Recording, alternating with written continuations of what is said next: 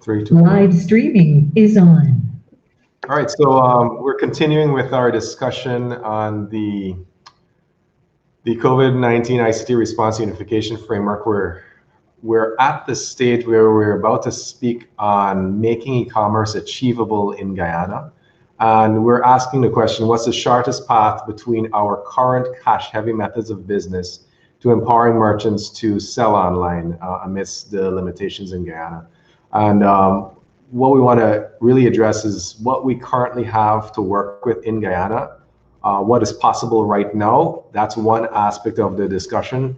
And then what are our medium to long-term expectations as this initiative progresses, which would obviously involve eventually some sort of legislation changes and the way we do banking in the country. So what I'll ask is there are two individuals, Michael Sampson and Daniel Rocheville, who were researching on ways in which they can create a payments API for persons locally. And they did some research and they found some possible options, and I'll have them start the conversation off. Daniel, Michael. Hey, so when we were thinking about making a somewhat similar app to Cash App, we wanted to find a payment API or what Ari was saying about this ACH thing, because we were talking to Mr. Paris about it, and he was like, "Oh, you gotta find this ACH payment and what's not." We didn't know what that was, right? So we were looking for a payment API, and we stumbled upon Stripe first. But the thing with Stripe was that it didn't support Guyana, right? So we ended up finding Mali and Douala, right? But then looking into Mali, we ended up finding out that Mali was more so like a e-commerce payment API in a sense, and not allowing that peer-to-peer bank money transfer. So we ended up finding Douala, and it seems to me that Douala does have those features, and it Could you is spell it really possible. quickly for our viewers, guys? Molly is Mollie, and the other one is DWOLLA. okay. Sure, go ahead. So yeah, we saw that Douala was more so to our liking, and we started like I tried signing up for it, but I couldn't get past the the sign up page because you had to get like a registered business and stuff like that to actually get an account with Douala. So I don't know as to whether it supports Guyana or not. Okay. So with this is also Agre Marsh, and Agre has some ideas on the current state of affairs in Guyana with regards to the possibility of payments, ACHs, etc. So I'm going to just kick it off to Agre. Okay, so I appreciate that work done by Daniel, and your determination is absolutely correct. Douala essentially is providing the same service as something Julius put in the group, um, um, First Atlantic Commerce. Yeah. So Douala and First Atlantic Commerce, do Douala do it more like on a global scale? And First Atlantic Commerce is the same thing done by a Bermudan company. So First Atlantic Commerce right now integrates with Republic Bank, which is in Guyana. So yes, First Atlantic Commerce can work. I'm sure if you talk with Douala and sign up your business, they will ask you for some local banking partner to work with them to be able to send money in. So in that regard, Douala and First Atlantic Commerce more or less do the same thing. Yeah. So with that being said, that's on a simple payment processor side. what I think should be looked at is the gazetted regulations by the Central Bank of Guyana in October 2019. And you will see some changes made there. The setting up of a council, some guidelines being given by the central bank on how electronic transactions should be done. So that should form the other part of the discussion. Most importantly, Shopify has Coinbase and to check out as options. Yeah. So there's this big push now for cryptocurrency payments to become mainstream, and you see big players like Shopify and others accepting cryptocurrency payments. This is from external standpoint. From a local stand, if you could scroll down, Eldon. Just keep scrolling. Right. Okay. Yeah. Just scroll up. Sorry. You just pass the list. So you'll see BitPay is blockchain, Coinbase Commerce is blockchain. The e-bank payments in Latin America, a colleague of mine at the Google campus in Sao Paulo last October, I was there and we were speaking about that payment processor. Essentially, they are competing with same Duala as the guy young man mentioned, and First Atlantic Commerce. They more or less do the same thing. Yeah, along with Molly on allowance on with a credit card as the payer to just pass that money into a bank account. And Coinbase Commerce and BitPay allow someone with cryptocurrency or cryptocurrency wallet to pass that money from crypto, convert it to US currency, and then wire it to your account. Yeah? And to checkout is well known across the world to just simply take your credit card from anywhere in the world, including Guyana, take your money from your credit card and pass it to your bank account. So essentially, at a very basic level, these systems allow funds to be transferred from card A to your bank account, or in the case of PayPal or Molly or one of them, a kind of escrow account. So the money doesn't go to your bank account, but it goes to your Molly online account or your PayPal online account. Yeah. So there are three ways. There are three process flows. Process flow 1, money from card to your escrow account, which is then later transferred to your bank account. And process flow 2, cryptocurrency to your Coinbase Commerce or your BitPay escrow account, and at some point you could wire it down to your bank account. So process flow 3 is where this like First Atlantic Commerce and others, money from your card straight into your bank account. Essentially, once the payment is confirmed, they say, and they just pass the funds through their account in Bermuda into any Caribbean country bank account. They have the rights for the Caribbean. So those are the three flows. And I would like to add another option, Ellen. You could Google it now. It's called Payoneer. Payneer. All right. It's what persons in the Caribbean, including Guyana, use to get money from Upwork and all these other people. See list there, Airbnb, freelancer, Fiverr, and that kind of thing. They use escrow based.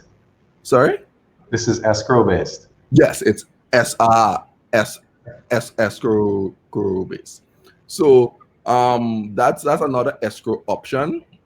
So we talk about everybody external to us. Coming home now, we have the persons coming into the market like we pay, we have MMG, and we have the regular banking system. Why ACH is a step forward, but it's not ideal. ACH would allow any one of these escrow payment providers to have a single integration point to all our banks locally. Another issue after we deal with that at the banking level, I guess we'll go to legal and technical stuff later down the line. The man in Batika who has cash, right? His best option to get money to Berbice is not including anything I've just discussed. We could put that to the side. His best option is probably an MMG option.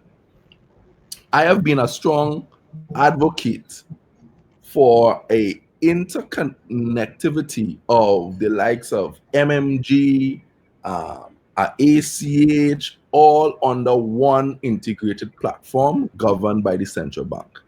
Given the new regulations in October 2019 that is gazetted, I think from a developer standpoint, we should push for one, any payment system operating in Guyana should be interoperable. What does that really mean? That means that if David and they start a payment system, if payments.gy comes on board, if a guy was doing a blockchain stuff from Berbice called GDG coin, if that comes on board, all of them can send payments to everybody, and everybody can send payments to them. Mm-hmm. Because if you scroll along, Eldon, I'll give you a prime example of no. If you scroll along on the Shopify, right, you see that e-bank payments in Latin America. That is essentially what that is. Right, because while I was at the Google campus in Brazil, they one of the guys from that startup was actually at the Google campus, and we were discussing it and how they moved from. They had the same issues we have. It's very hard and expensive for Guyanese to get a Lynx machine or credit card terminal. With this kind of a system, we can now get the cheap terminals from China that cost less than, I don't know, 40 US, 30 US for a small little cell phone like terminals similar to what WePay has. So anybody, any bank, any payment processor could have these small little terminals. And once we move away from the very phones and the big expensive architecture and move to a more open standard, of which I'm advocating for, anybody, the guy in Batika and the guy in Lethem can go to a small little merchant. The cost for how to operate these terminals becomes very minimal, and we all could receive payments. So yes, to summarize, the ACH is up. It is being used. Persons are being paid via the ACH right now. Two, we need now to advocate for the interconnectivity of all these options. And finally, I think the suggestion of approaching MMG to open up the API is a good one, but it is not to open up the API to us. It is to open up the API to persons who want to use it with ACH and other payment gateways. Why is this important? It's because if you have a silo system here and a silo system there, we will be having this discussion 10 years from now. and the Guyana as a country will go anywhere. Right. I am advocating for, as a group, given that we have more or less equal and a similar need, that an interconnect of MMG and the ACH to be one of our pushes. But for now, I think an easy path to the future in terms of if we could get a payment stuff up tomorrow morning would be something like a MMG. But in terms of advocacy, it should be for MMG to be integrated with ACH and all of them, and then let it be accessible to our developers via an API. In that way, all the developers in Guyana can now write their own payment, who want to do lending, who want to do payments, who want to do peer-to-peer transactions, everything can now run on that because the underlying infrastructure is interconnected. Right, without a doubt, the interconnection of MMG with ACH will help in the way that you mentioned, but in other ways. For instance, right now, the thing that prohibits me from really using MMG is that when my credit is finished, I have to physically go somewhere else to put that in. It will be more convenient for me to just transfer it from my credit card or something to that effect. So that was another way, connecting it to ACH or having this common exchange would definitely help. But that's definitely something for the medium to long term. This common exchange among the various channels and gateways. But immediately, let's look at some case studies. Immediately, what would be the most cost-effective approach, given the ones that you've highlighted, the ones that have the escrows, or the ones that even benefit from the ACH? Is it based on your customer? Only 30 to 40% of Guyanese have credit cards or even bank accounts. So we are very underbanked country. So first things we have to decide, who is this system for? Is this system for all of Guyana? Well, then MMG is your only choice right now. Is this system, if you as a local person who have post-COVID right now, I want money in my pocket now, right now. Well, then you have your Payoneer, and the cost of Payoneer. If you go to Payoneer right now, you will see the cost per transaction. All right. What about the WePay option here? Well, the WePay fees, I am not sure about the WePay fees. You have to contact them and see what's going on there. But I think the WePay option also works. But I think there was, I can't remember what was the issue with accessing, like, I think the only could have done Caribbean Airlines, because that's the only person who was accepting stuff from them in Guyana. I think it's come back to the same central bank and banking stuff, but they have since been invested into by Republic Bank. So if it will mean that you'll have to have a Republic Bank account, and of course the masses and that kind of thing. So, and I know the owner very well, but I think that it was limited implementation in Guyana, which is I think the Caribbean Airlines. So yeah. So you can do WePay transactions if you're a merchant. You can do WePay transactions relatively seamlessly if you have a Republic Bank account. Well, that is the intention, but in Guyana, you could only do it pay-to-pay for Caribbean Airlines as a recipient. Yeah. So, I think there's some limitations there. I think that's a central bank issue, but I don't know enough to speak on it, frankly. Mhm.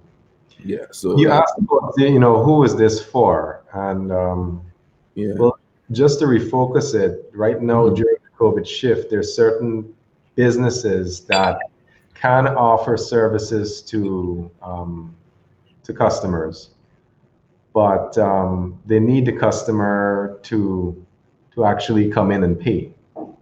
So the Exactly. idea here is that there's another follow-up sub area which deals with facilitating online orders and home delivery, which depends on what we're currently talking about. So the idea is if we can figure out a viable e-commerce approach, we can pair it with the online orders and home delivery and allow those merchants to still carry out business. Well, the only viable solution right now is MMG. That's countrywide. Wait, before we get into that, I saw Julius just post a picture. So I'm trying to understand what these institutions essentially do. I understand what Agri is speaking about in terms of he's more so thinking kind of on the grand scale. Kind of what Elton is trying to get onto. This is just for the people, for the businesses who essentially, who are banking already with some banking provider. What is the portal that they can instantly plug into to get some form of transactions going? Right. So not necessarily thinking from the people who are unbanked in this scenario. Oh, right? okay. Well, Yeah. I missed that clean. Well, if you're focusing on persons who are banked, well then we have Payoneer, and we have if we go back to the Shopify page, yeah. If you But quickly, Julius, this photo you put in there, right? Is you have a WePay account? How exactly does it work? Yeah, that is from my WePay account. So basically, you can integrate it just like you would with PayPal or any other payment provider, and it works similarly. You call the API, create the transaction. They do the processing through their gateway. They send you a payment notification, and you process it on your end. I think they have plugins for WooCommerce and WordPress already, so that's like a simple plug and play. Getting set up to be able to accept payments, you need to get verified, which took a little bit of time for me, maybe like a week and a half. But other than that, and because I was doing a custom implementation, the documentation wasn't like straightforward, so I had to just figure out a few things on my own. I believe eNetworks is currently using ePay to process payments in their app. So just based on what you would have tried around, I can essentially go on whatever application you were looking to implement this, put in my credit card and process a payment. Yeah, pretty much. Yep. And the list of banks that you shared here, Julius, is a decent list to start. Is this the full list, or are there more banks? That is the full list for Guyana. So just to let you guys know, WePay supports Citizens Bank. 1 second. Hold on. WePay supports Citizens Bank, Guyana Bank for Trade and Industry, Republic Bank, West Demerara Bank. Where is that? Scotiabank. I never heard of West Demerara. Scotiabank and Demerara Bank for sure. Yeah. So I've never seen it with West in front of it, but anyway. Right. And then the API is available. You can integrate it, but you said, Julius, you have to do something custom, so you have to figure things out. Yeah. But it still worked at the end of the day. Yeah. What I mean is that if you wanted to customize it and have it work exactly for your needs, right, then you would need to pretty much do the integration on your own without using a plugin, which is what they offer for like WooCommerce. What are the limitations in terms of the payments that are accepted? based on your experience? Well, when you have to go through the KYC, know your customer verification. So in that process, you explain to them what kind of payments you'll be accepting, and I guess if you don't fall into what they allow, then you wouldn't get approved. I mean, I don't think there's an explicit list of what they don't accept anymore. I couldn't find one of these. What do you mean in the- terms of types of payments? Does it deal with like what type of card you're using or what you're accepting payments for? It would be what you're attempting payments for, Okay. like what services you're selling. Yeah, that's pretty standard. I can understand. Yeah, standard. I mean, based on your setup of WePay, do you have any regrets? Have you been using it long enough? I haven't been using it long enough to like really say, well, to really make a good judgment about it. Have you accepted a payment yet? Yeah, I have accepted at least one payment because I mean it's not a widely publicized thing. So I just wanted to see if it would work finally, because they've been hanging around for a long time. So how long did it take for you to receive the payment? Well, it goes into your WePay account, and then you can transfer it to your bank account. Great. What is Okay, so this is an escrow service. Yes, When you is the escrow what is option the payment threshold for it? Julius, what is the payout threshold? Because some of these companies have thresholds depending on the withdrawal method. Do they have a payout threshold? Let me see. I don't see a particular threshold right now. What I do see is that they say withdrawals may take up to 10 working days to complete. So keep that in mind. Okay. 10 days to get from the WePay account to your bank account. Because in my usage of to checkout in the past, what would happen is that you had different options. So you had Payoneer as one, you had Swift, which I assume is what WePay is using to transfer the money, which is basically just a wire. But the Swift used to have a threshold of $300, whereas the Payoneer payout would have a threshold of anything over $5, $20, sorry, that you can take out. PayPal, I think, was over $5. So I knew from back then that the payouts kind of differ. And I'd also like to point out that Payoneer by itself is not in the same category as WePay and to checkout. It's more as a payment method for these other things like Elance and Upwork and so forth. You can send money directly to it, but it doesn't necessarily integrate into a commerce type solution. Right. WePay also allows you to send invoices to clients and have them pay you by credit card. So it could perform the same function like Payoneer. One other option that there is available that is a little bit more, not a little, a lot more expensive, that would probably work seamlessly, is Stripe Atlas. Basically, it allows you to create a company in the US and use Stripe as a payment processor. But of course, that comes with all the tax implications. Yeah, all of the implications indeed.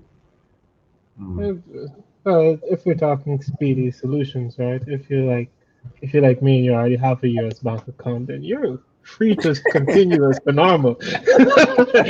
You're free to just stop. And then, it's Yeah, just but that, it seems as though WePay is a worthwhile option to explore under the circumstances. It works along with our current constraints, and then what you raised, Agri, is obviously significant in terms of a common exchange eventually for all of these various providers, so that we can have something that does not work in isolation. As you know. Just one last thing, Julius. Does the customer require to have a WePay account? No, they can pay directly by credit card, although they don't accept American Express. That's fine. There's nobody in Guyana with an American Express cards. Is that you have a Visa or a MasterCard. So Yeah, those are the common options. And so now what's their pricing then? their pricing. Julius? Yeah, Yeah, what's their what's pricing based on your experience? I think it's two point something% of the value of the transaction plus like $30 TT, something like that. 30 It's or similar less. I can't to, remember the exact per figure. transaction? yeah, Yeah. that's similar to, Per I mean, transaction? under the circumstances, remember, No, Your philosophy, reaction is per priceless. transaction? guys, come on. Philosophy is Wait, this: wait, it's better to have some amount of revenue coming in Yes. than none No. at all from the COVID shift. So Well, if this, I mean, those are, you guys are laughing, but honestly, that's the standard industry no, charge it. not for the TT No, on top of buddy. the 2.5%. No, not for Guyana, for accepting credit cards. See if you have to compare it to credit card processors. Like that's their standard fee for No, credit. no. It's No. 5 TT per transaction. Okay, I think. okay. But You say 30, because 30 is that's sorry, essentially again, $1,000 I'm dollar. incorrect. Yeah. For customers using credit cards, there's a transaction fee of $2 TT plus 3% of purchase value. Yeah, so that's it. And So they 2 charge TT per transaction. Plus 5 TT plus for each 3%. withdrawal done from a bank account to a bank account. So it's not expensive at all actually. Hmm. $2 plus 3% of the purchase. no transaction fees, 5 TT pricing. to withdraw. There's different things. So for every transaction, you charge, you say 2 TT dollars, Yes, and 3%. 2 TT dollars plus 3% of the sale, and then for Yeah. the withdrawal, it's how much? 5 TT, Just 5 TT, no percentage of the. no percentage. All right. How's that sound? That, I mean, again, it's much better than 30 TT per transaction. Well, Yeah. definitely.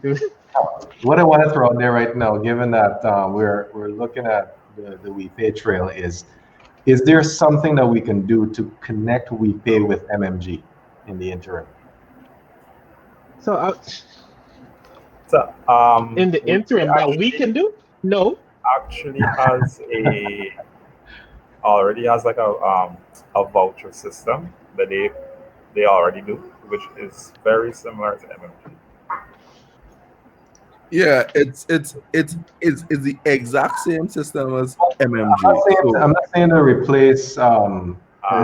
use You use mean WePay like MMG, but I'm saying based on Agray's point, being able to have persons without credit cards, without bank accounts, still be able to pay for things through eventually, let's say that the merchant is set up on WePay comfortably, but someone with no credit card, no bank account wishes to purchase from them, but they have MMG.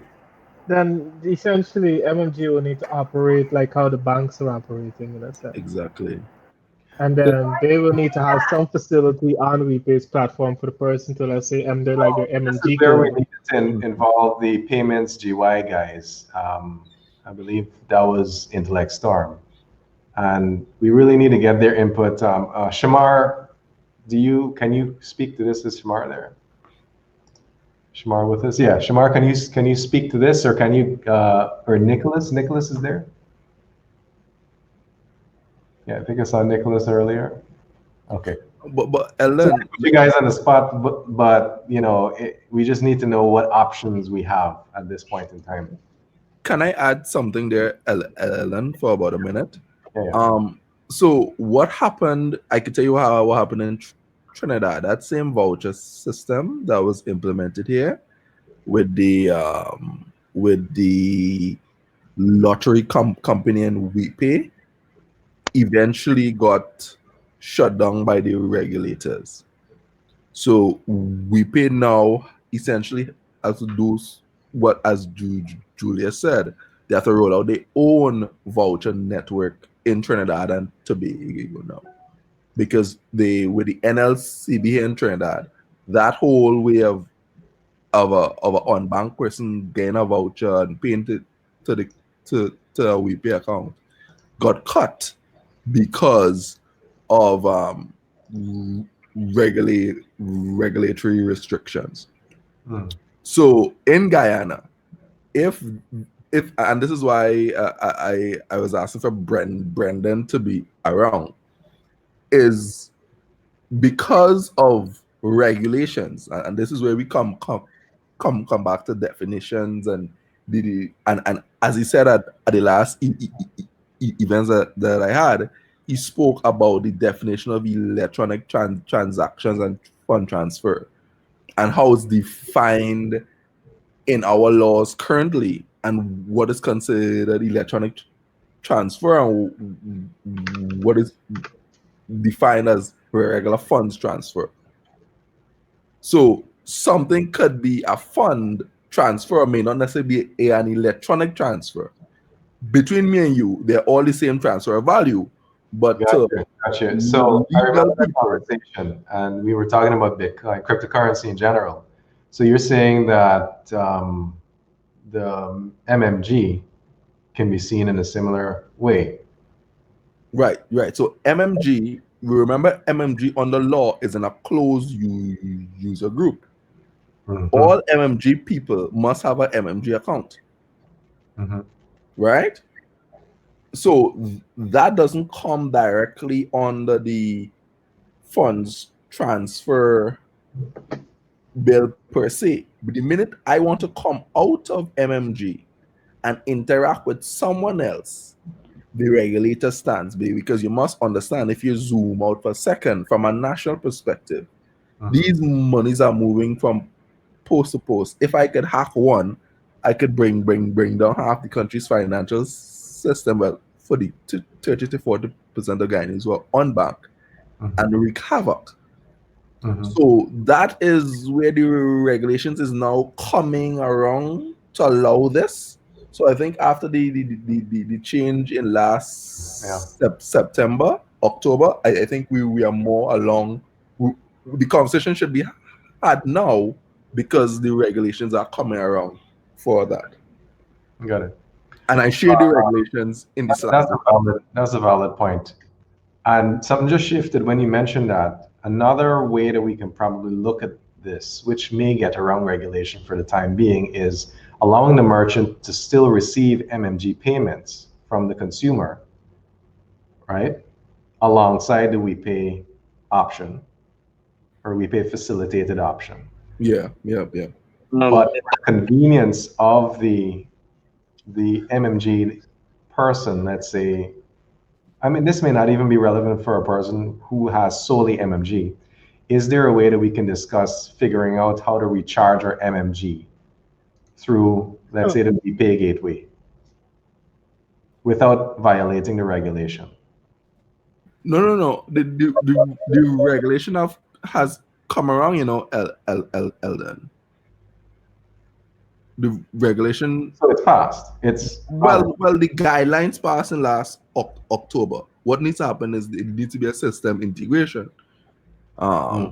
Because between me and you, I could top up my GT&T phone from my blockchain wallet. I have done that multiple times, right? I can send so it is not a big issue for me to use. And there's a next option, XOOM. They're also in Guyana.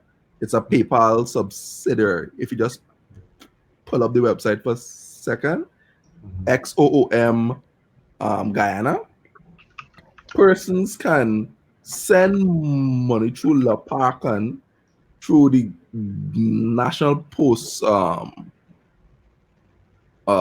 service, and also through bank account, through bank deposits. Right? So the person receiving don't necessarily have to have a Zoom account, but this is for persons more or less outside of Guyana. who want to receive payments locally. You understand? So yeah, this more or less can integrate with a MMG or also if necessary. Okay, so allow me for a second to be, I'm not sure, a bit out of line, right? But I just want to bring a thought-provoking point because I'm looking through at the WePay setup, right? And the fact that they have the support of these several banks already, right? How is it that this Trinidadian company was so quickly able to come in and get this level of support, and we've been having this conversation of a local payment solution for so long? Well, Because I could answer that directly. Let me know if you want me to. but I'm gonna add on this part first because I'm pretty sure for them to get the support for the cards that Julius has mentioned, that they in their system they have something that they're building on top of, right? They're probably just another layer through Stripe or another layer through PayPal or whatever service it is, They are right? not a layer two First Atlantic Commerce. Right, and that's what I'm thinking. They have to be another layer on top of something, and the only kind of a risk that but let me not say only, but the risk that they're taking is okay. They're then going to provide the layer, the assurance layer on top of this service that is providing them some level of assurance. So if they just happen to be a layer on top of First Atlantic, as you're saying, why not go directly to the source instead of this added on fee? Right. So here's the thing. I think Kenneth mentioned earlier about these added layer mitigate against risk, but as good as point as Kenneth made, the flip side to that is added complexity for the common man and the developer.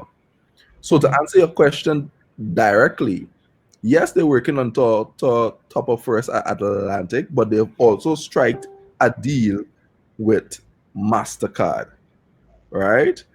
And most importantly, the most important thing that you're missing out all of that is that Republic Bank has invested in them. Yeah, I've seen they bought a 20% stake.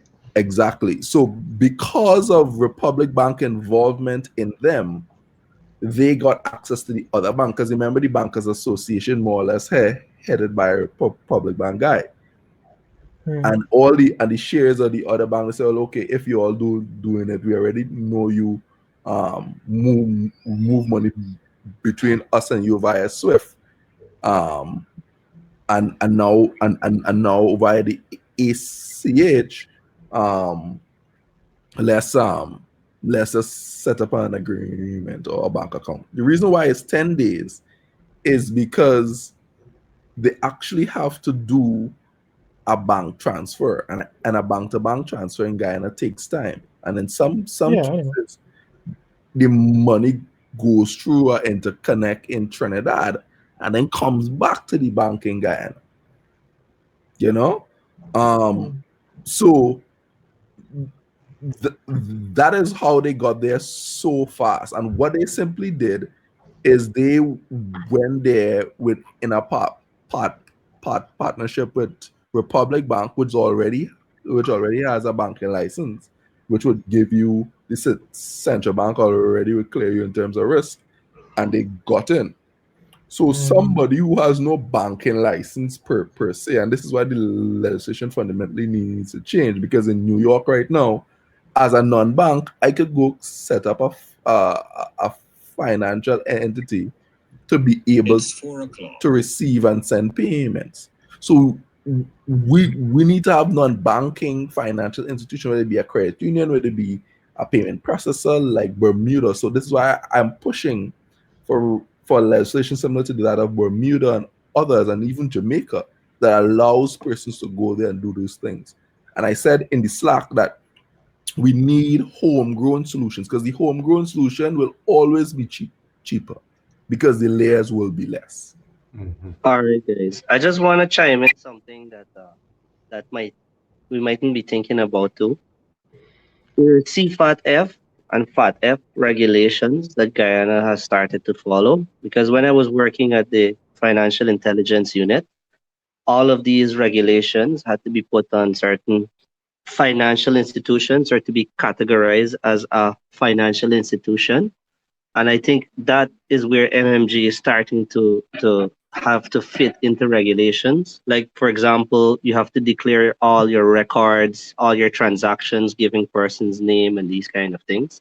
Once you're a financial institution, which can be seen as like a payment processor. So we need to like really like look at what is allowed in the regulations, and if it's like not allowed, if the regulation will change to block it and these things. So maybe these persons have leveraged their partnerships, as Agri said, having a banking license and has already been categorized and already declaring their records. This will create a high entry barrier for a new system. Okay, so to respond to that, in the regulations I shared in the Slack, Have you referenced anti-money laundering regulations also? right. So here's the okay. So I work with CFATF directly.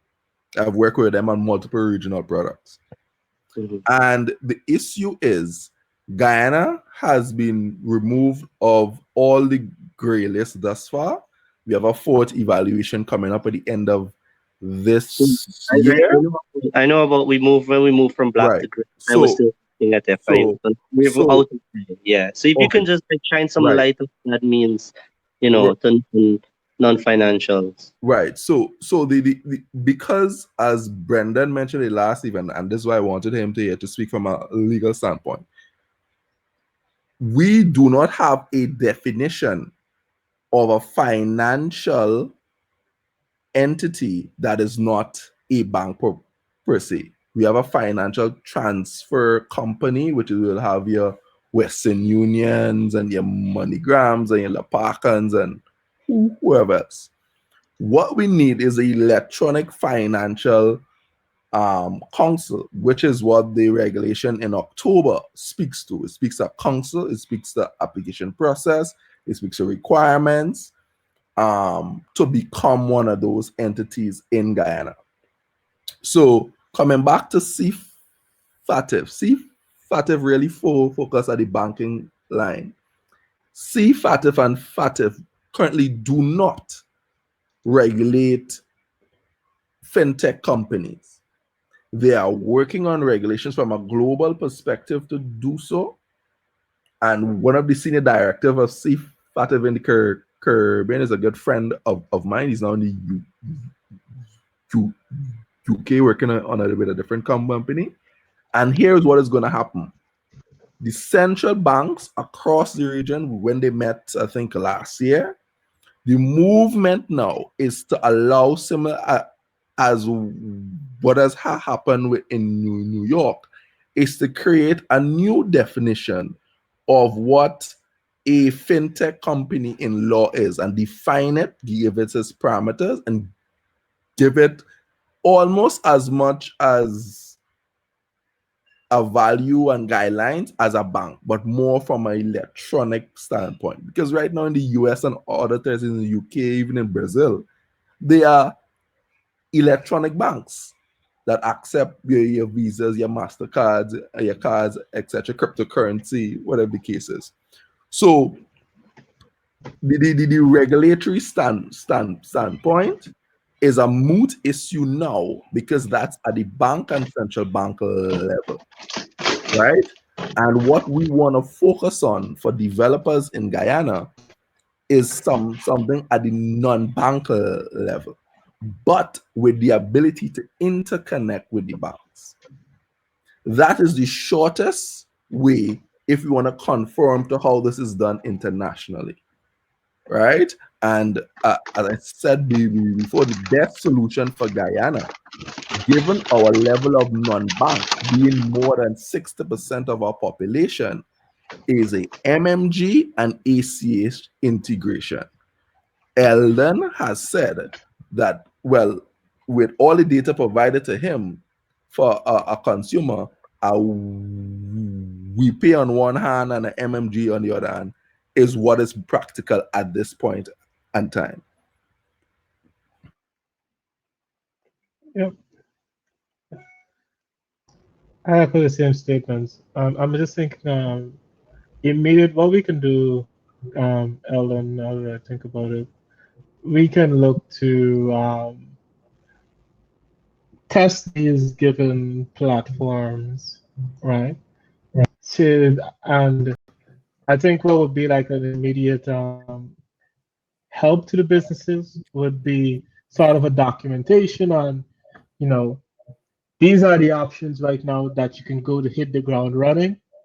These are the implications of each of these options and such. See, like how we're exploring right now, this is valuable information that, you know, unless the businesses have some developer and staff that they can just say, hey, go and do this type of stuff, they don't necessarily have. Right. So I think like a first actionable first step is just the documentation of, given the current limitations of what we have in the Guyanese concept, if you're looking to go online, given that you have these provisions to do so, this is what you can do. All right. And then I think the second part to that is what Agri is talking about, is how do we have that conversation on kind of speed lining, that ideal of solution of getting MMG, as a viable option. I say personally on this level, and this is not to knock GT, D and DNT, because I can remember years ago when we first even started the Nexus Tech Talks, and they came in and they spoke about the whole MMG solution, right? From the conversations that I would have back then, and the sort of, when you speak to like deaf people and we ask these same types of questions, how can we get access? And they say we're working on it, and now it's 3-4 years later, and that really hasn't materialized. I think we need to think that, I'm not sure who they contracted to get MMG up, what they would have went through, right? GT&T has this advantage of everybody just has a cell phone. They have locations throughout the region, right? I think what we can kind of push them a little bit is if they see that these competitors are entering the market, you have these wide-ranging stuff, but yet you're not doing what you need to do to allow people to be able to utilize these services. I've actually taken a peep under the hood of the MMG application. I can't really say anything much on this live stream, but it's an interesting architecture that they have set up. But outside of that, question to Agri would be, what's the legality of somebody setting up a system by which you can recharge your MMG via credit card? Is it, I don't know, because I'm worried about money laundering. But at the same time, that is like the biggest issue with MMG in terms of the availability, like Eldon mentioned earlier, in getting your cards, getting your account topped up. Another thing I'd like to throw out in the wrench is that the majority, at least I would assume, of persons with credit cards by the size of Republic Bank alone. Currently, Republic Bank has an issue with their Visa card. It's not really an issue, but because of the issues that happened last year, in order for you to make a purchase, you have to call and unlock your card, tell them how long, go through the entire process before you could actually go and make that purchase. So the actual payment process is not a straightforward way, even with the traditional credit card. Just for you say, I want to buy this, and then you have it in your card, then you have to call, you have to wait until you get on to somebody, you have to give them all the details of your card, have them unlock your card, then you can make the purchase. So it's really not a smooth process. I do actually kind of but there's a huge issue in online transaction with credit card, shopping cart abandonment. When people, unless they really, really want something, if the process isn't simple, they're just going to abandon it, and you're not going to see as much. You want to make the process as easy and as smooth That as is true. possible I in agree. order to promote online transactions. The minute it comes to these steps, it's not going to be effective. Good. Good. Yeah. So Sam, that's a very good point, Kenneth. Chrissy raised a way forward in this, Yeah. and I do believe that we've found a viable avenue to explore in the short term, and that is to just prove it out. But there are two major categories of merchants that we're going to be dealing with: the merchants that already have websites and are ready to go full e-commerce. And then there are merchants that have absolutely nothing. They don't even have an online inventory or anything to that effect Right. to speak of. And the latter case would depend on what we have to discuss next, which is looking at options with regards to shifting to online order fulfillment and home delivery. And that'll go hand in hand with the WePay option, should we choose this option, which, in all fairness and in all discussions, it looks like a viable option to choose in the interim. So that's what we're looking at. I mean, for the former types of merchants, I know that there are businesses that have their websites with all their products. They even have WooCommerce integrated, but everything up until payment processing is there. So those particular merchants, we can actually go through the paces of integrating. We said WePay has a WooCommerce integration.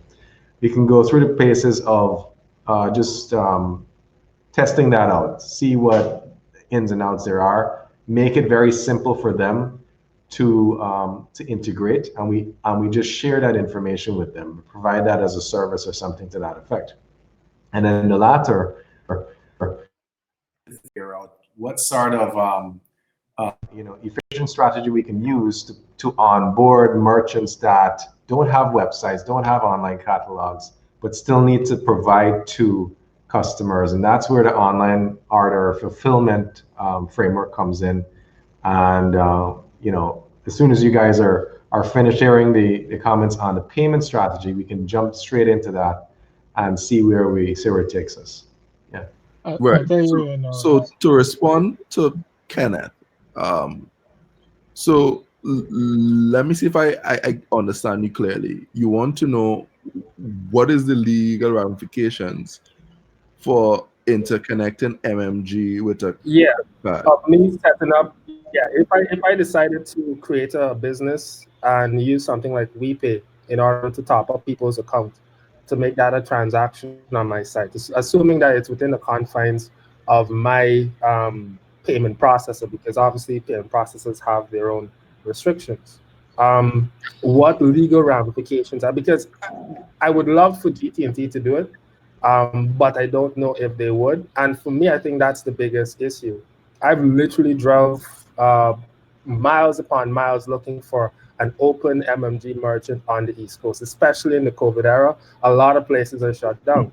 I'd love to do that. I don't want to go into the Western Union lines, the bill pay lines to pay my bills, but I can't find an open MMG merchant to save my life. I literally have gone through their directory and tried to call as much places in their directory of places around me to see who's open, who has money, because the other thing is there's one that was open about 3 months, month ago, right? I topped up like 10,000 or whatever. And I went there and it was awesome. I was happy it was so close. Now I went there twice again. They do not have funds to do. They're not doing any top-ups. Yeah, the struggle is real. The struggle is real.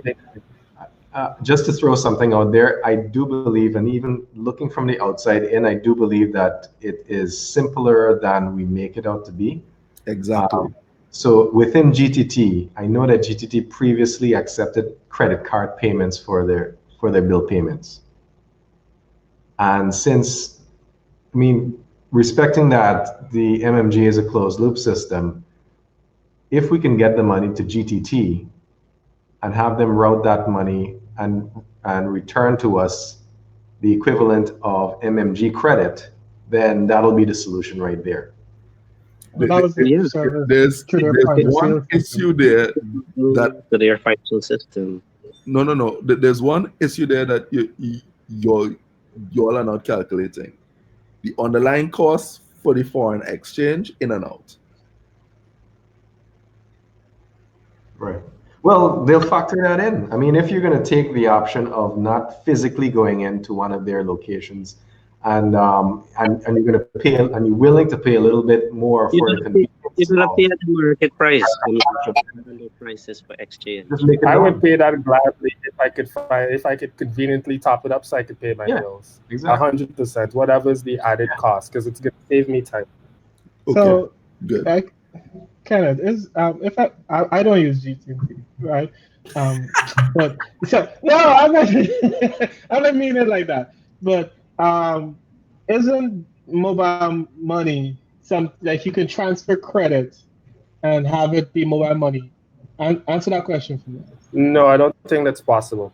You can No, buy not credit around. with You can actually mobile money, convert mobile money into but you credit. can't do the inverse. Right. So you could buy credit with mobile money, but you can't buy Yeah. credit and have But credit not the become. inverse. You No, can't turn credit into mobile money. no, See, not the inverse. see, That hey, would have been amazing, but sadly, hey. this is how we are. Because I tell you, it's as simple as this. If I could go right now and I could send credit to any one of you just by going on the site and pay with a card, right? How?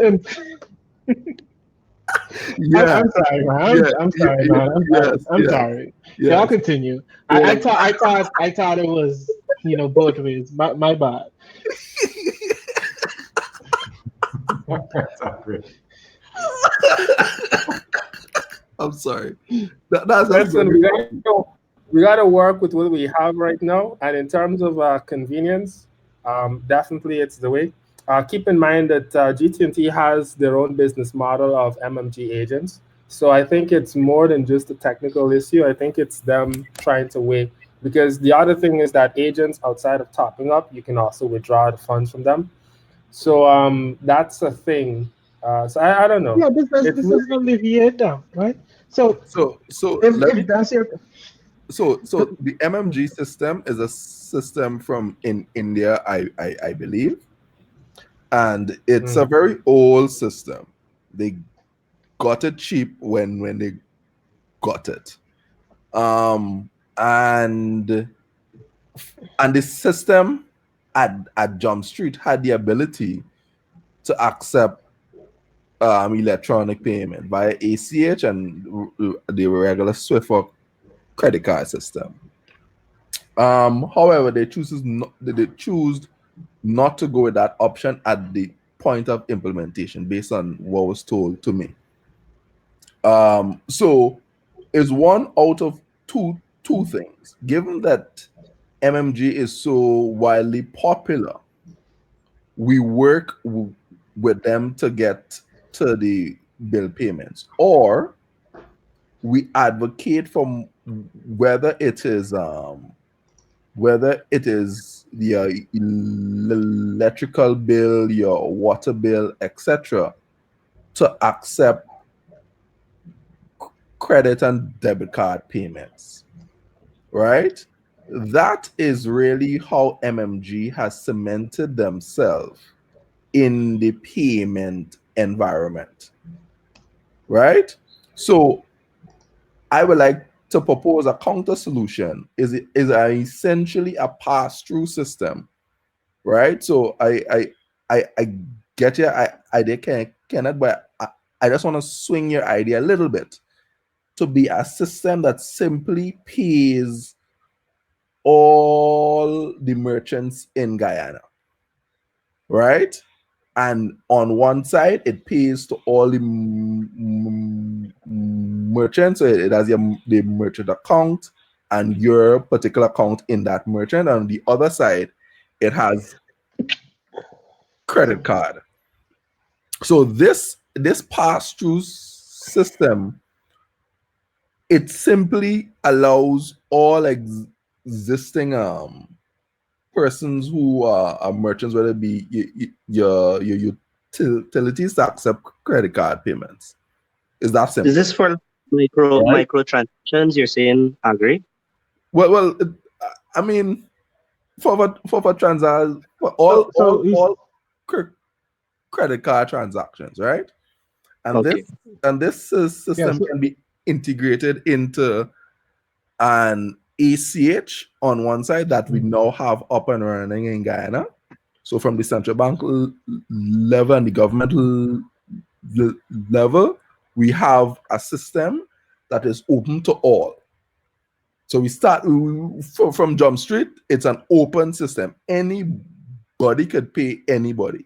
So it's open on the merchant side. It's open on the payment side. So if I have cryptocurrency to pay you, there's probably a pass-through where I convert from crypto to US and then US via the ACH into the system. So it's essentially saying you pay the merchant and then the merchant then tops up the MMG. Yeah, the merchants then tops up the MMG. Oh, no. That's one option. But what I'm talking about, skip out MMG entirely. Oh, I like that one. Oh gosh, Chris, I would not allow you to trap me, right? So, Chris, you don't live in Guyana and you don't depend on GT&T internet. I'm sorry, sir. I cannot. You understand? Please. Thank you very much, Kenneth. Thank you very much, Kenneth. Thank you for letting all of us know that. Chris, behave. So, on one side, you have your ACH, so means all banks can pay to this merchant system, and all merchants in Guyana, all registered business in Guyana can receive payments from this system, and all businesses who are merchants must have a bank account. So it's essentially a simple pass-through system. If we were to think along those lines, a few things will happen, Kenneth. You will be able to top up your card you using, because there are tons of things online we can use to top up. So let's move that out of the discussion. You will be able to pay GPL, Guyana, everybody via this system, right? At the other end, WePay can connect it, PayPal can connect it, Coinbase can connect it because it connects to all merchants. Yeah, so let's think along those lines. Why am I saying this? This is not an original thing. This is similar to what happens in a place like Brazil. And if you could scroll down on the same page, the same Shopify. No, scroll. All right. You see eBank X payments in Latin America? That is simply what they did. Yeah, it wasn't anything complex. And with the new regulations from the central bank, this could be homegrown and benefits everyone. Because on the merchant side, we don't have no special requirements for merchants. Are you a merchant? Yes. Do you have a bank account? Yes. Okay, join here.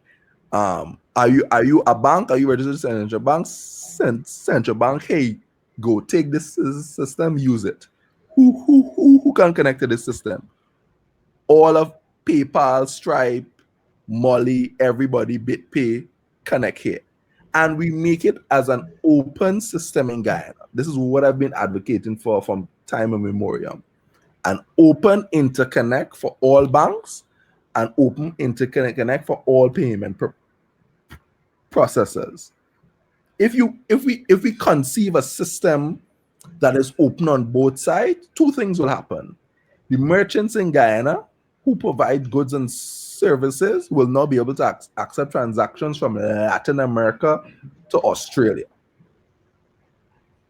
right? And the banks in Guyana will have increased revenue because more and more of their customers will be able to provide goods and services internationally. Another benefit, we will now have more foreign exchange in the country, right? And most importantly, I also want to add something that was not spoken about today, and that is credit unions, right?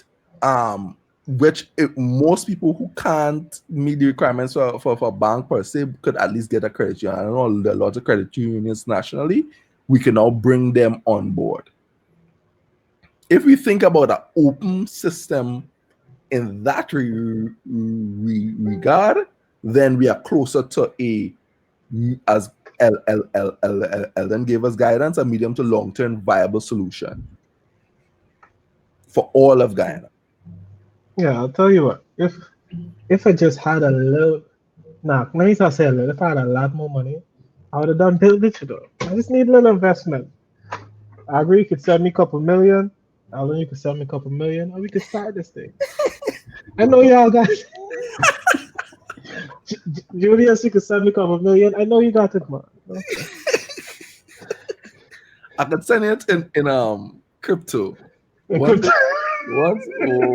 you can bring it out, yeah, but this is definitely something that that opens up future discourse. But the question is right now, just bringing you guys back, for those merchants that don't have an online presence, don't have an online catalog, how can we get them to still operate? They have merchandise. How can we get them to connect to the consumers, sell their merchandise, and continue to provide for their families?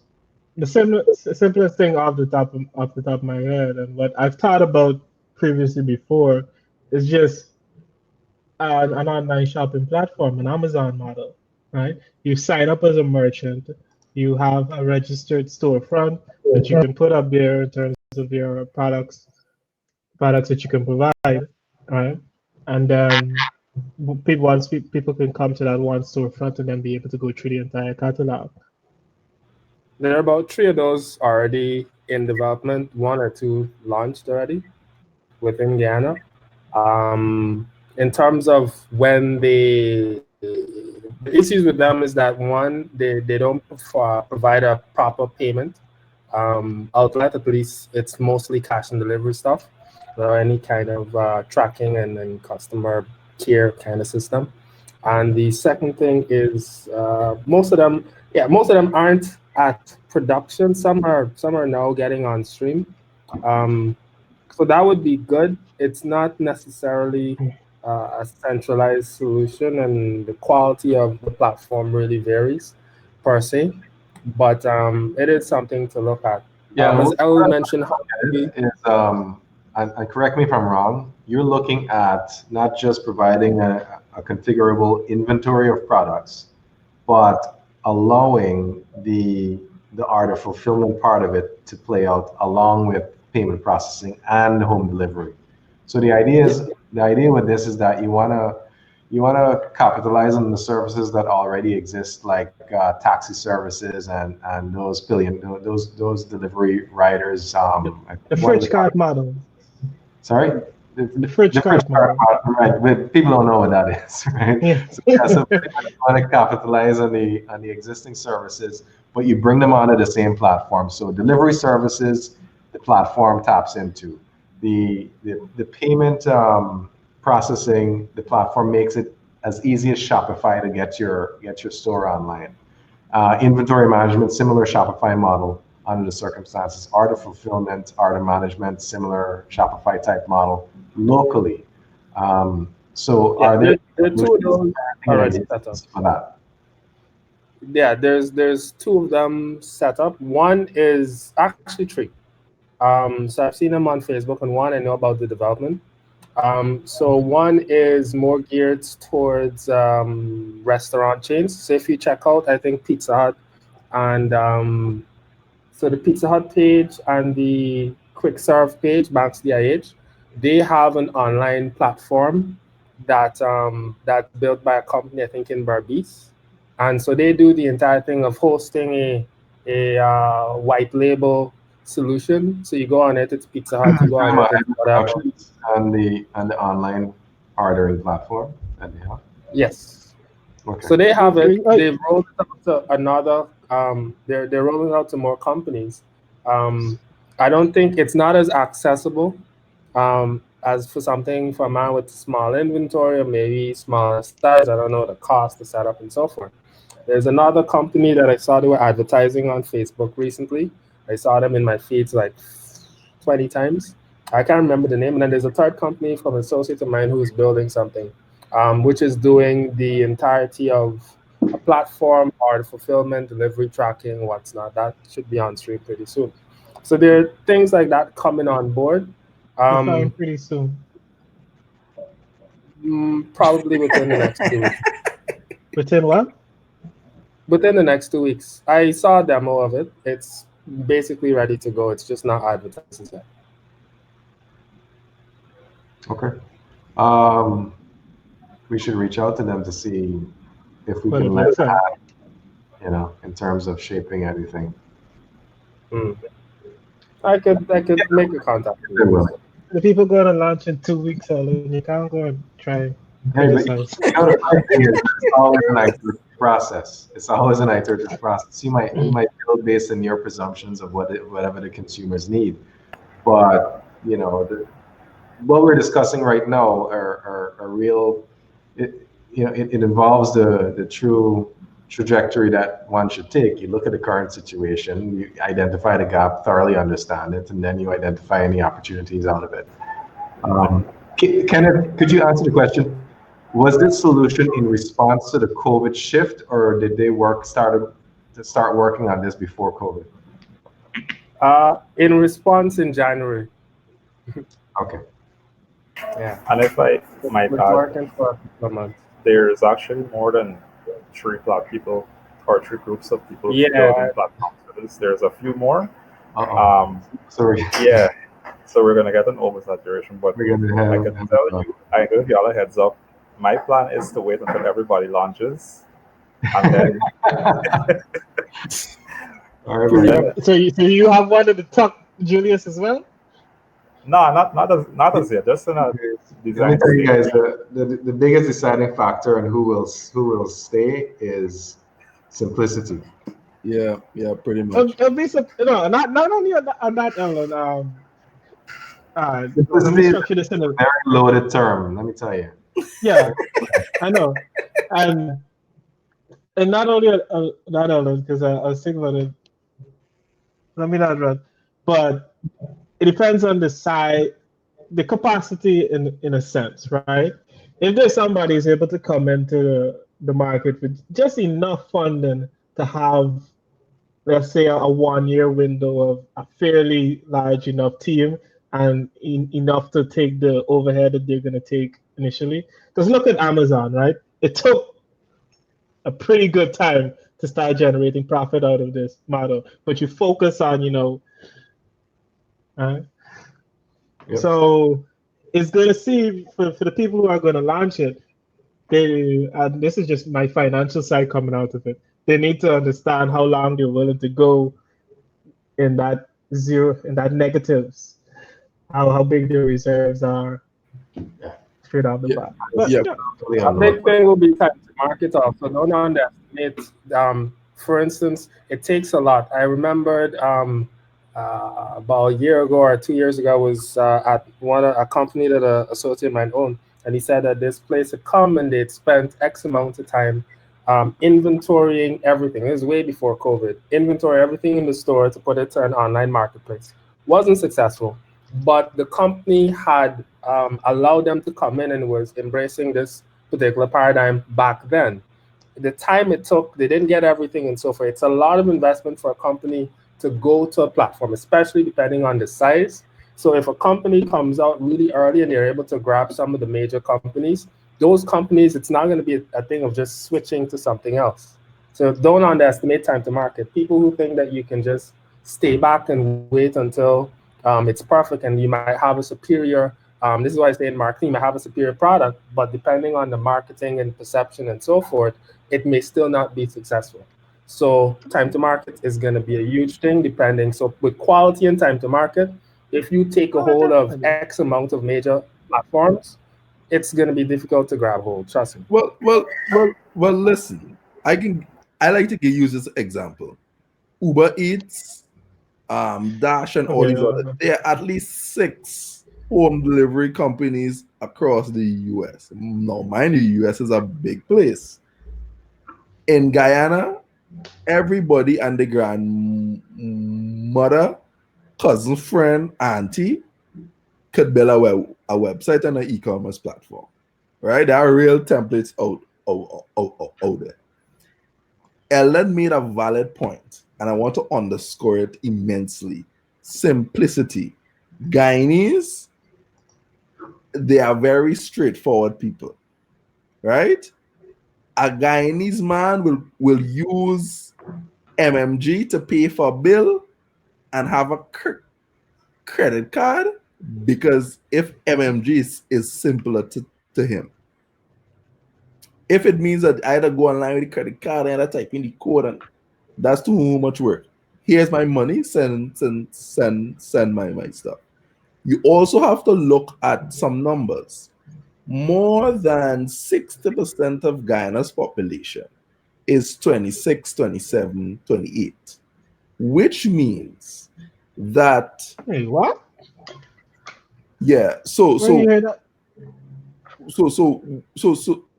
we have a high amount of young people. Going with census data, we have a high amount of young people in our country, right? And it's 50 something or approaching 60 if my memory serves me correct, but I'll get the information shared in the Slack. Because our country, most of the people in our country is young. What you will find happening, things that would have taken a while in the past to grasp, as our internet penetration, which is now at 51%, move to about 60, 70%. The market shift will be much faster and the rate of change will be much faster, because if most people are 30 and below, then it's no issue for them to do a home, who want everything home delivered, want to order a taxi from the phone, etc. So we always have to keep that in mind as yes, things need to be simple, but also the importance of the age of our population and what this post-COVID thing will mean for us. And I think if there are 5 delivery companies in the country, I can tell you now, I'm involved with one in Trinidad. And this one company, all they plan to do is focus on one area in Trinidad. Now, Trinidad is not necessarily a big place.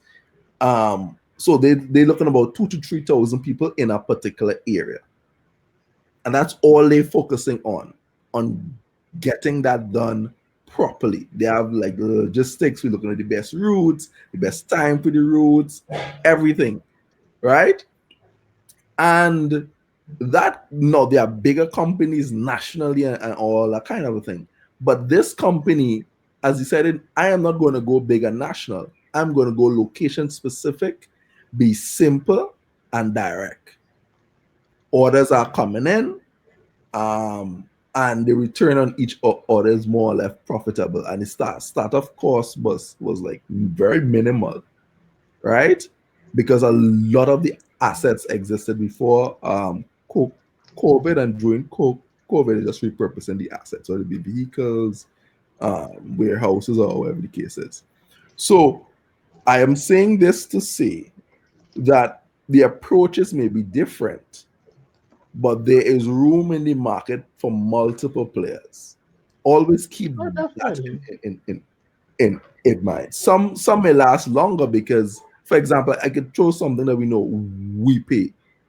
We pay still in existence because the owner essentially sold most of his company to the Syrians and the Republic Bank and the persons who own a lot of the big companies in Trinidad and in the Caribbean, so that they could survive. So you start something, you realize, okay, some of the big boys seen you and they want a piece of the pie. You sell them pieces of your company just to, as Chris mentioned, have that money to weather the storm as Amazon did. So don't be surprised. And I mean, WePay wasn't first. And there are other players and there are other players in Trinidad who came after. For example, BuzzPay. Then feel free to pull them up. BuzzPay has taken a different business model. They're not into anybody. They have a serious payment structure. All the payment stuff is on their website. They tell you what's the cost directly and how to sign up. That's a competitor, but they're targeting a specific University West Indies use you. No. BuzzPay TT. This is not BuzzPay, right? Right. University of right, of the West Indies use them, right? And they of course don't have that we pay money behind them, but it's a different solution, and they are going to be profitable in their niche market because their overheads. Remember, this stuff is online. It's basically a website. I want to do one or two payment guys behind just to process your credit card. Once you have a payment processor, which this guy has, I think he has two, and speaking with him, you're good to go. So they are going to be niches for everyone entering into the market, you know. Yeah, full agreements with you. I agree. You know, for us especially, we've more than seen it because just as users, we only as natural users, we've only stuck with the applications that have been most simple to us. I'll tell you, man, just wait until I rob 1-2 bank. Dude, this thing is being streamed, dude. What is wrong with you? Christopher, for the record, Christopher is a very jovial fellow. I know, but I mean, what he just said, for the record, was a joke.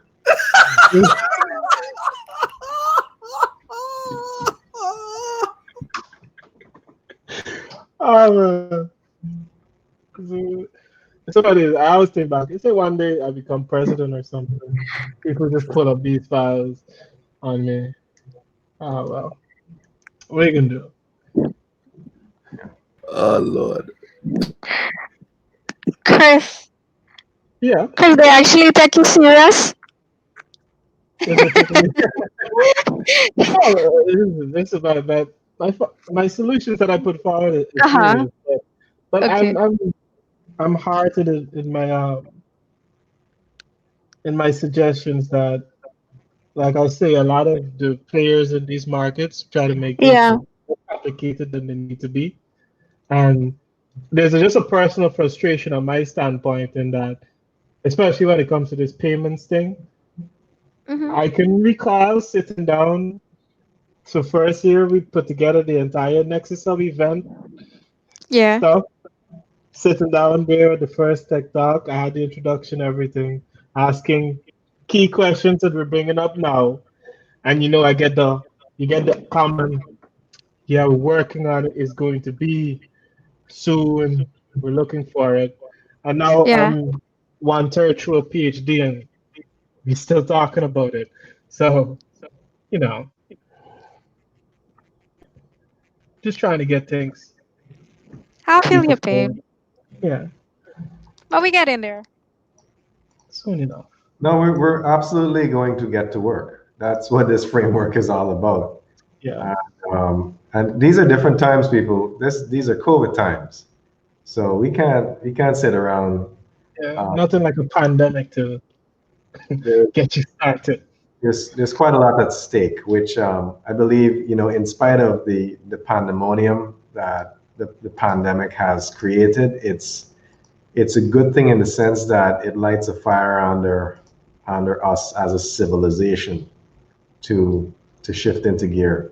So don't underestimate the whole survivalist mentality in becoming more outcome-oriented creatures. That's what we're riding right now, this particular wave, and getting stuff done, and getting it done within a reasonable time frame, and cutting out the padding, and going right to the hard-hitting source and getting things done. So with that said, we're looking at data sharing and accessibility as the final area to discuss. I know that there's been some discourse in the Slack channel, but based on this, I'll ask Agre, since you were also active in the discourse, to give us a summary with regards to where we are and what considerations we need to make under data sharing and accessibility. So I will take the guidance from you being like simple. And as I posted on Facebook, like if application A could just make your data available that you're willing to share via an API, and thank you. Application B, can you make your data available via an API, please, and thank you.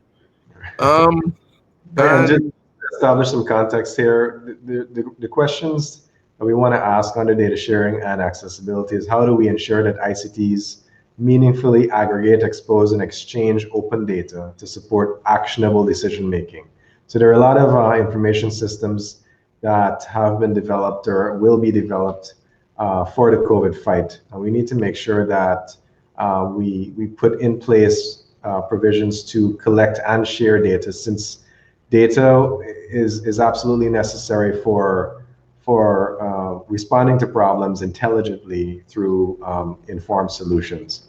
So how do we make these applications talk to one another? How do we make the information available to produce actionable decision making?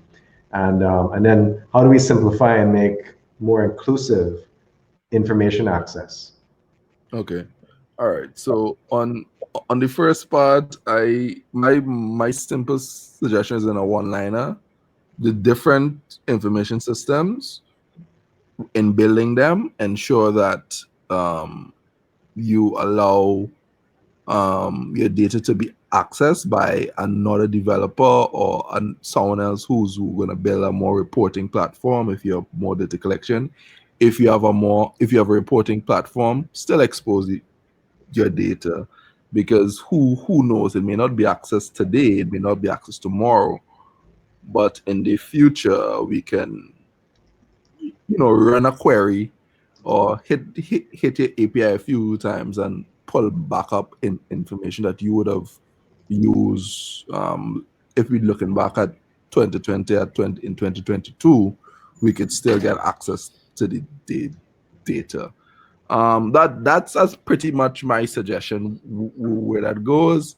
And of course, we keep in mind GDPR principles. So if you are the initial collector of the data, you automatically assume the role of the data manager. I may want to run a few queries on it. I become the role of a data processor, and just make sure that we conform to GDPR standards and guidelines, essentially. Let's not rush into like securing and encrypting and that kind of stuff like now, because we just want to interconnect now. Of course, security is important. We'll bring that on, and probably in medium to long term. I know Ryan has shared about some frameworks that we can do something that's excellent, but I think now just really supporting what Ellen said to me from Jump Street is like collaboration. Yeah, and that can only come. Our currency is essentially data. So if and I've said this before, Julia's system is there. This other guy from UG is there. Let's share data between them.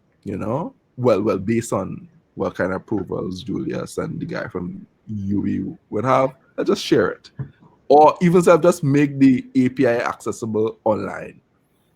So if I say, okay, these guys build these systems, but I want to build something to query them and to build some graphs just to do some analysis, I could do so.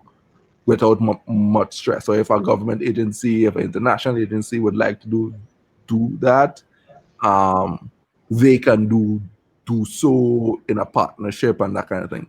But my simple point is open it via an API. So one, you could track and see how many people hitting the API. Two, you could see which IP they hitting the API from, but still be supporting the whole plan of sharing. Yep. In terms of accessibility, I think that voice thing where persons could text and call, it's very good. I think I see Samantha doing similar stuff. I think that's good because we must understand that 10% of our population have some kind of disability, and they are important to all of us. And some will have it in their family, and some will know someone with a level of disability. So that's my two short comments where that is. I don't think there's much to be discussed there. It's just like, are you willing to share? I think Chris and Julius already started some level of discussion there, and let's truly use this as an opportunity to set some very good example of companies working together for national interest. Yeah, I think just the deliverable we're going to get out of this. What I want, I can go to what we can call it GuyanaData.org or something. And there are these sites out there that we can use an example. I can see the list of data repositories. Let's say for Julius is for what can be released publicly from his help application, I can click and say, oh, COVID-19 health information. Click on that. These are the APIs. This is a description of what this API gives me, right? And this is, let's say, a code snippet of how, for at least one language, of how I can consume that API. I think that is a perfectly viable first step, and more than useful. I agree. Right. And then there are tools like Swagger that we can use for documenting it. Yeah, documented very quick. But does anyone know of any open data protocols that we can establish, that we can just institute for as a standard to so there's the global open data standard. Guyana some time ago has signed on to it, but that's all. So I'll share it. I'll share it in about a matter of 2 minutes. I don't know if someone else knows about today. You can share the link too. So there's a set standard globally. I think different countries, I think 190 something countries signed on to it already, where we can essentially just conform to that. And Swagger has a specification. Well, I was saying we can use the Open API specification for the people who are essentially going to be releasing these APIs, right? Just have your application follow the Swagger specification, right? And then we make it available public in the same sense. Mm-hmm. So what you're saying is pretty much we can just choose Swagger as our specification and just have everyone jump on board with that. What I'm looking at here as well is there's OData. And this is a casual search for open data protocols, and it looks like, which is REST-based, OData, Open Data Protocol. So I can look into. Is that so? There's a website, the odi.org. I sent it in the chat. You can. That is the global organization. I'm going to find the specification and send it to everyone. You'll see some similarities with OData and Swagger and the Open Data Institute. You'll see the similarities coming around, but there are some the differences. And if we could compare them, see what is different, what is similar, and based on what we are publishing, we just go with the one that's much closer to what we are doing. All right, I'm sharing it. Is it this? No, it's not that. The open API is so simple. Too simple. Okay. Open Data Institute. Yeah. I'm just trying to get the specifications.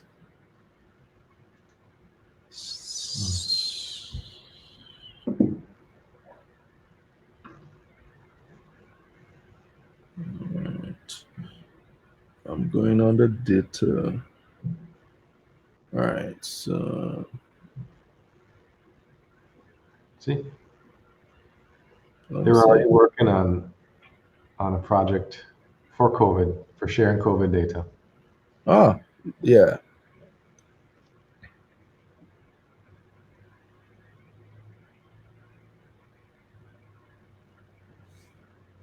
Okay, let's see what this is. Yeah, and I think this one.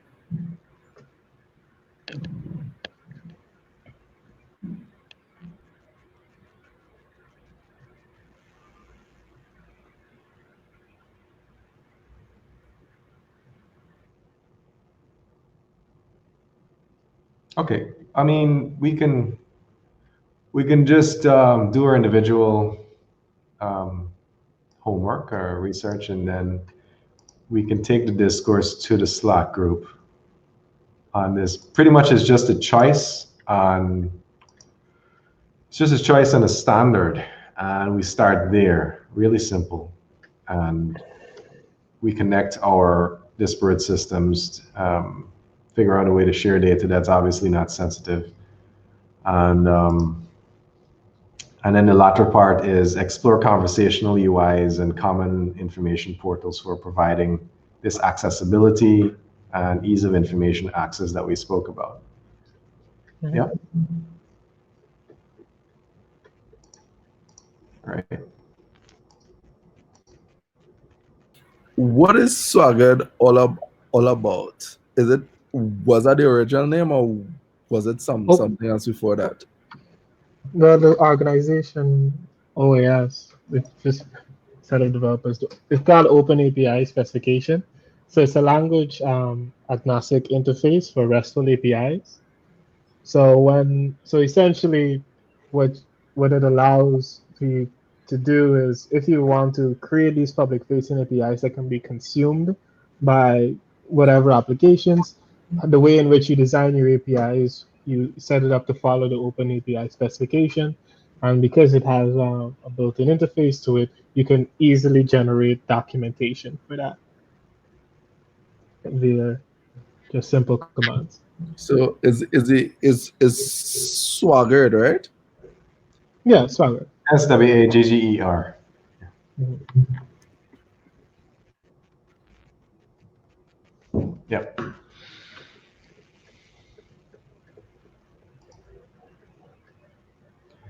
So like I know multiple management systems are ready for data tables that you create in certain systems. They're plugins to automatically export a Swagger API to the system. Like I think Django has one. I know Drupal has one. I'm pretty sure Apex will even have one. Apex, Swagger. So the other question that I have on this is, do you see the need to create data pools whereby we establish a centralized collection of records? So where you go and download that disparate information systems furnish? It depends. Like, it depends on the application, I say, really. Like, you know, you can imagine if we had, let's say, financial information, what they usually do is that they forecast it by different intervals. So you would just go and download, let's say, the spreadsheet that tells you the financial forecast for, let's say, the past 3 months with an organization and stuff like that. So there are, instead of hitting an API and then having to do that calculation by yourself. It might prove useful in the long term if we're going to create just like a data. Yeah, we can have both. So I think we can have both as a facilitation, right? As a company, you could decide, okay, I'm going to expose these APIs so people can hit them. I'm going to provide you the specification, right? And then I can create another content type, but in this content type, I'm providing repositories of data. So I can go to my system, export the last 3 months worth of data and say, hey, this is a data pool of X, Y, and Z. These are the fields. This is the description. Download it if you want. Yeah, it may prove useful under the circumstances, because if we don't have data pools, then the persons who may rely on the open data might have to hit your individual servers up excessively. And let's say if you moved yours or it goes down, then access to that information, if not readily updated, is lost. So having a data pool whereby those who are in agreement to furnish open data periodically dump into the data pool to provide access to others may be a worthwhile thing to look into. Yeah, definitely. Let's have both options. Yeah. And consider the applications of all. I believe for some applications, when you create them, you want people to hit it, or the intention is for people to hit it. And then for some, you just want to provide, you can then look at the. Yeah. I think we can use both, at least for now, direct access. But if we set like in 3 months, we could do we should say like by December there should be a data repository of the different information collected from across these 3 or 4 systems, you know.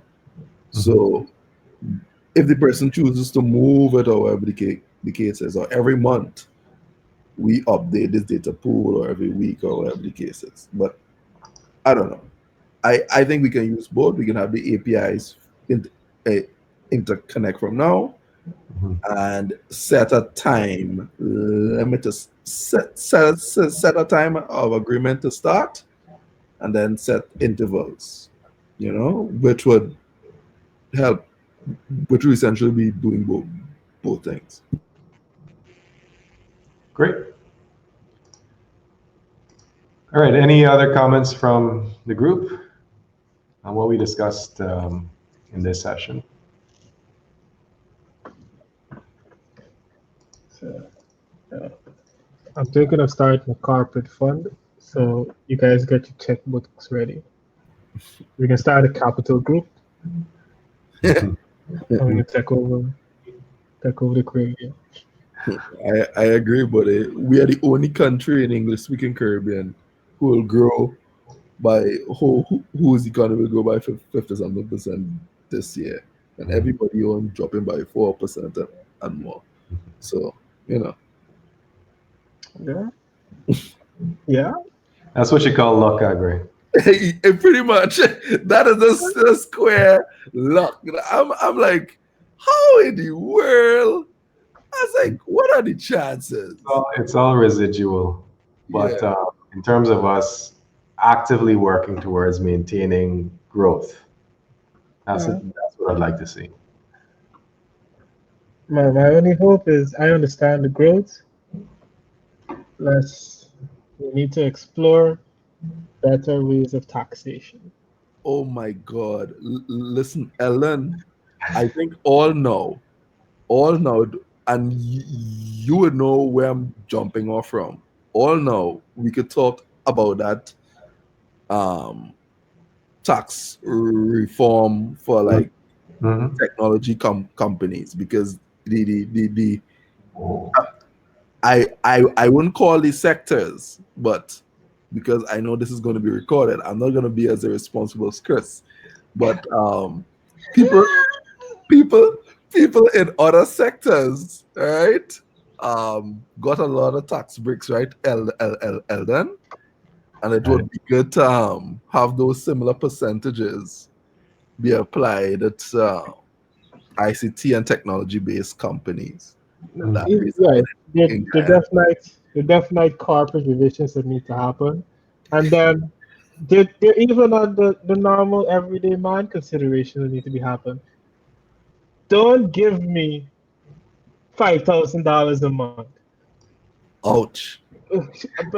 No, I'll tell you, paying out of money should not be a right?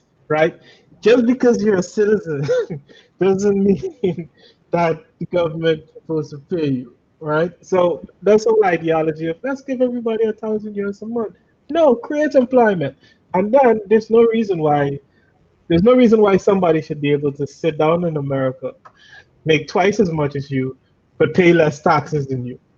That's just my thing. But yet you're making how much ever millions of oil revenue as a nation.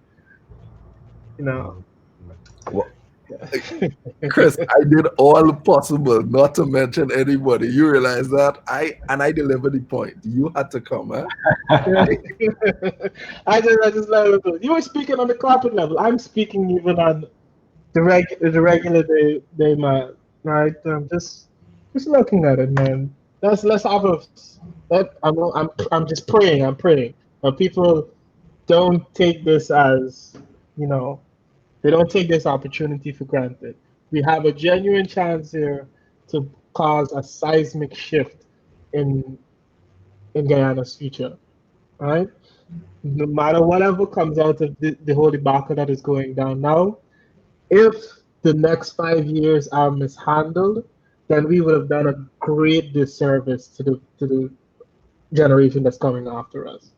That's just my thing, So I'm hoping that the other players, because I know we can do our thing, right? But I'm just hoping that the other players, you're not on our watch, and I'm of the firm belief that on one end of the world, if you drop a pebble, by the time it reaches the other, you got a tsunami, and this forum of ours can be seen as a pebble.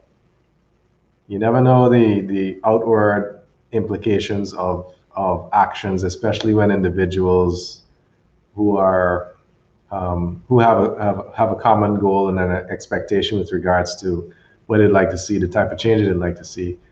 You never know what sort of impact they make moving forward. So we'll keep working consistently. We have a tremendous amount going just within the past 48 hours. And because of what I'm writing on is our outcome-oriented nature as technologists, our critical thinking perspectives, and those things are extremely valuable in terms of creating actual tangible change that we'd like to see. I mean, just look around. So we don't have to, and this is the thing about us, we realize that we're like grassroots professionals. So if something doesn't exist, we don't look towards systems to say, okay, well, we need this, otherwise we're inert. No, we just create it. We find a way. We topple the dominoes if necessary, and it happens. I know I'm speaking abstract, but you'll see what I'm talking about in time to come with what we're working on here.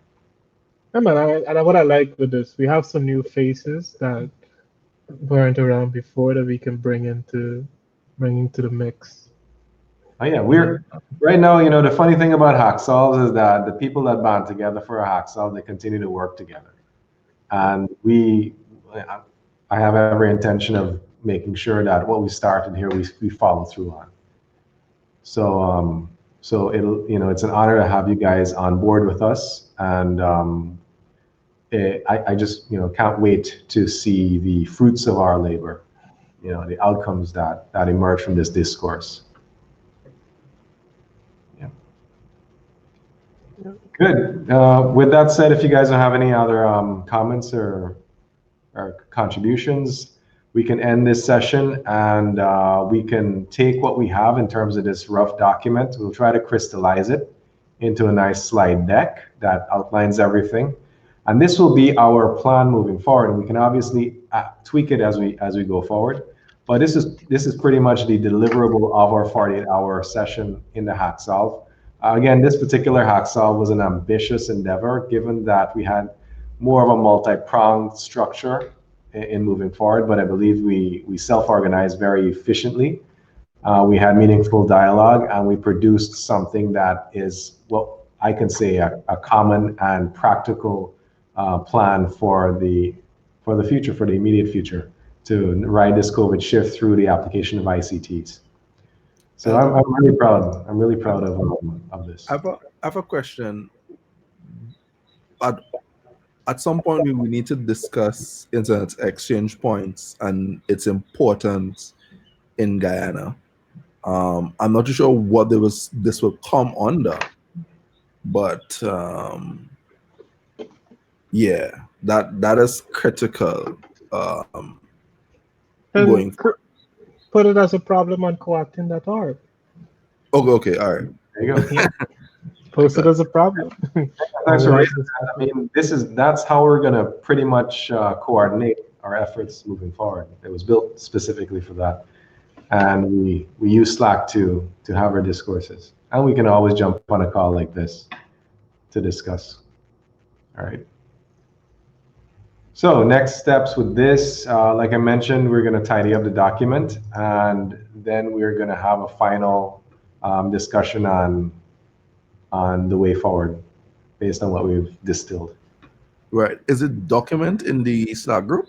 Yes, it is. It's the same document that we originally shared, the response unification framework, and we've been editing that based on your comments and suggestions. All of the proposed solutions are highlighted in green.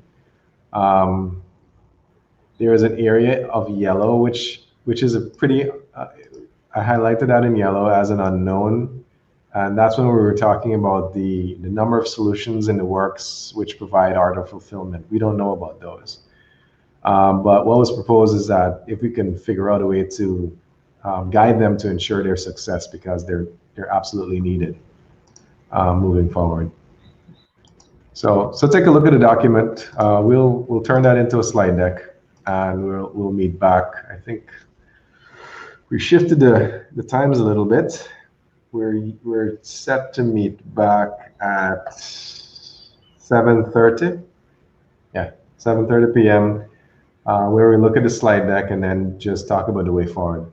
Sorry, where's the document shared? In the main group? I can send it to you right now. Oh, okay, yeah, thanks. Because I keep clicking on multiple documents and not finding it. Sorry. Yeah. All right, guys. So we'll meet back later, where we'll take a look at the crystallized mind dump, the collective crystallized mind dump of ours, and then we'll talk about the way forward, next steps, and so forth. Good.